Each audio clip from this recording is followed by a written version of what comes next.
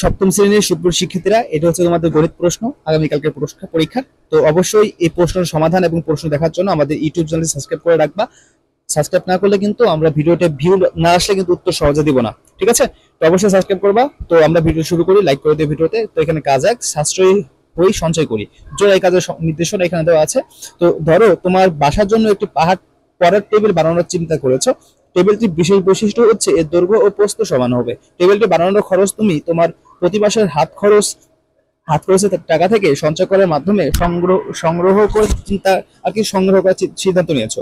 সঞ্চয়ের ক্ষেত্রে সত্য হলো প্রথম মাসে যত টাকা সঞ্চয় করবে দ্বিতীয় মাসে ঠিক তার ততগুণ টাকা সঞ্চয় করতে হবে, এবং পরবর্তী প্রত্যেক মাসে আগের মাসের সঞ্চয়ের সাথে প্রথম মাসের সঞ্চয়ের টাকা গুণ করে যত টাকা হয় সেই পরিমাণ টাকা সঞ্চয় করতে হবে।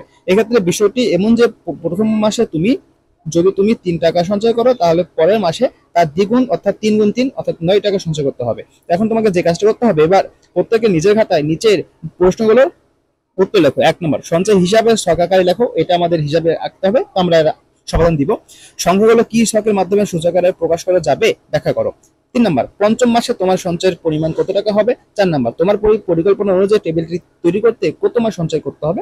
এটা তো এরপরে কাজ 2, পরিমাপের দক্ষতা বাড়ায়, দলগত কাজের নির্দেশনা। কাগজ কেটে একটি ত্রিমাত্রিক মডেল তৈরি করতে হবে যার দৈর্ঘ্য প্রস্থ উচ্চতা সমান থাকবে। দলগতভাবে কাজটি পরিকল্পনা করো এবং সবাই মিলে মডেল তৈরি করো। এবার প্রত্যেকে নিজের খাতায় নিচের প্রশ্নের উত্তরগুলো লিখে রাখো।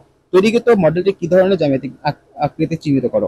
তৈরিকৃত মডেলটির আয়তন ও একটি তলের ক্ষেত্রফল নির্ণয় করো। তৈরিকৃত মডেলটি সম্পূর্ণ তলের ক্ষেত্রফল নির্ণয় করা সম্ভব কিনা উত্তরের সাপেক্ষে যুক্তি দাও। তো পরবর্তী প্রশ্ন দেখো, এখানে থাকবে কাজ 1, সাশ্রয়ী হয়ে সঞ্চয় করি।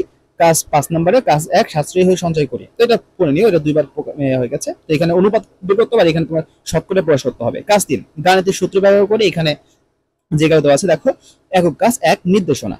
তো এখানে তোমার এই নির্দেশনা করার জন্য এইগুলো সূত্র ব্যবহার করতে হবে। এবং কাজ 4, জ্যামিতিক আকৃতি। তো এটা হচ্ছে তোমাদের লাস্টে যে অধ্যায়টা ছিল সেই অধ্যায় থেকে A4 সাইজের অথবা আয়তাকার এক টুকরা কাগজ নাও। কাগজটি কর্ণ বরাবর কেটে 2টি অংশ ভাগ করো।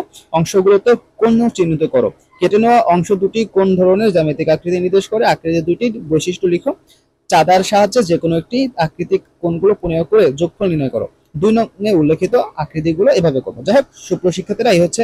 তো আমরা এরপর সমাধান দিব। তো সমাধানে পাওয়ার জন্য প্লিজ আমাদের চ্যানেলটি সাবস্ক্রাইব করবা এবং ভিডিওটি লাইক করে দেবা। ধন্যবাদ।